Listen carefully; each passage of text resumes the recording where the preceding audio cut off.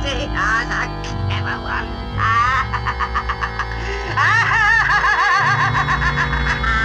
There's my...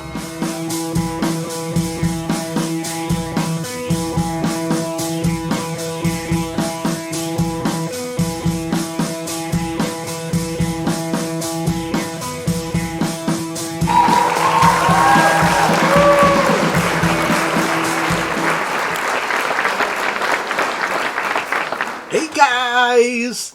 Today I'm going to review The Brides of Dracula from 1960. It's a Hammer film directed by Terence, who also did the Dracula version in 1958.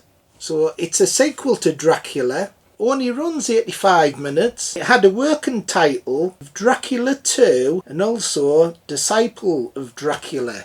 It was originally going to end with bats from hell coming out and attacking everyone, but Peter Cushing claimed that Van Helsing would never use black magic, so it was later used 3 years later in the final of Kiss of the Vampire. Brides of Dracula stars Peter Cushing as Van Helsing, David Pale as Baron Meinster. Hey, that's not bloody Christopher Lee! No bones, he wasn't in this film. Nah, I thought as much. The big-headed bugger. Must have thought he was too good for the bloody film.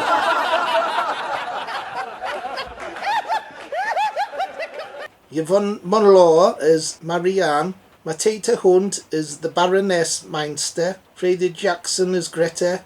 Hey, why does bloody Greta's always say an I? She says it more than you feel. Aye, she does. It even has Michael Ripper as the coachman. So before I do the review, there's a storm outside, so you might hear thunder and lightning and rain. So it's quite effective actually, considering I'm reviewing Brides of Dracula. The title's not very good because Dracula's not in this film, it's just an ordinary vampire. So it shouldn't have been called Brides of Dracula.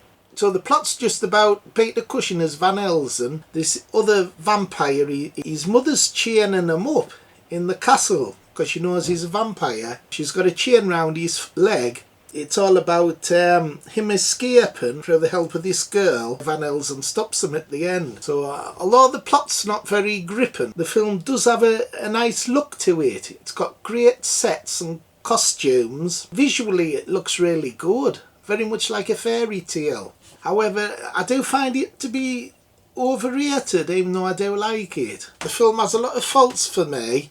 One of the biggest is the character Marianne. She's like wooden. She looks pretty enough, like she's a very good looking woman, but her performance is very wooden.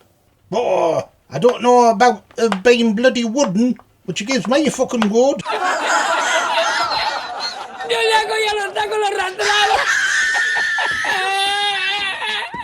Hey, and them buggers taking the piss out of me.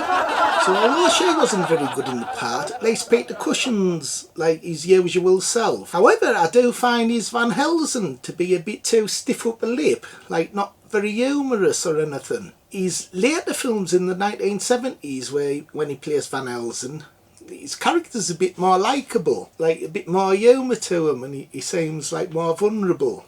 David Pale, he's okay as the vampire. I do miss Christopher Lee in the part. Christopher Lee's like really scary as Dracula, but David Pale is like a second-rate version. And that's the trouble with this film. I think it's trying too hard to replicate Dracula, and because they didn't have the star Christopher Lee to come back for it, it's very inferior. Because the 58 version of Dracula had some really scary moments, but this film, it's very tame, very little. There's I could show it to my kids. There's only one scene that's quite gory, and that's when Peter Cushing as Van Helsing stakes the old woman. You see a squirt of blood. But apart from that, it's very tame. Another thing that's similar to the film Dracula, this film, it starts off well, then it sags in the middle, as Dracula did, and then it has a good climax at the end.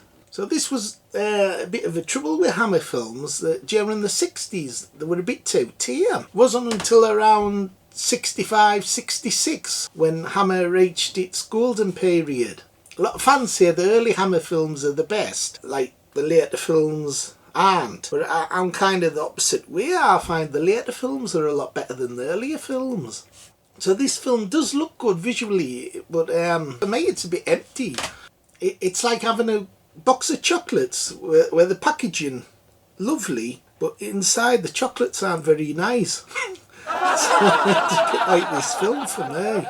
I don't like the graveyard scene when Greta's bringing out the vampires from under the soil. She's saying push, push harder. So it's like symbolises giving birth. But with this, it's vampires coming out of the soil, out of the coffin. So I thought that was a clever scene. I like that. And of course the windmill scene, the climax, when Peter Cushing grabs hold of the seal and he moves it down to form the shadow of a cross.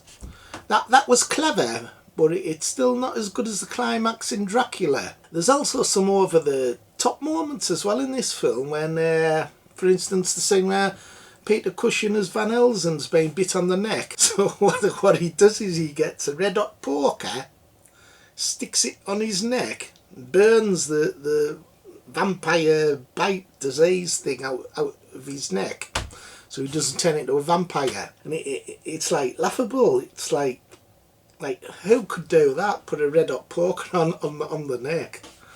So it seemed a bit like OTT for me, that. Another weird thing that I noticed about over the topness is the music, like loud in places, like boo boo boo boo. When there's like scary moments. So it's very distracting, I found, the music in this film. I don't think I've heard anyone mention it before, but I found it was like too over the top.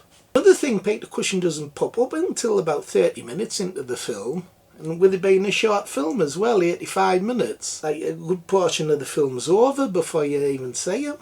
The bats look a bit silly as well, but they're doing all these Hammer films. I did find the Baroness, the old woman in the film, to be the best thing about it. I thought her character was excellent. Wine of the valley you were drinking. What a very wild night. Yes, isn't it? I hope you've not far to go. Like a proud woman, a bit of a snob, but I thought her performance was spot on. She really was the best thing about this film. So overall I thought it was disappointing, but I did enjoy it. Even though you can be disappointed with a film, you can still enjoy it.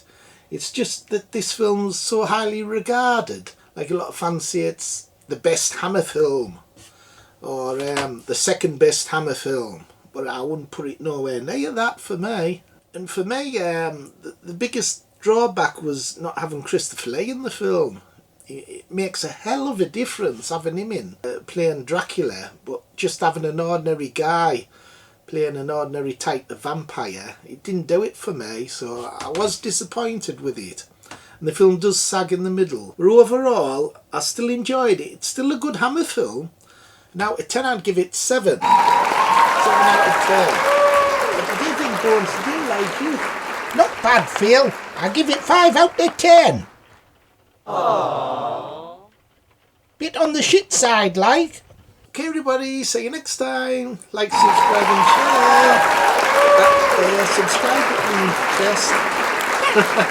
Bye, bye.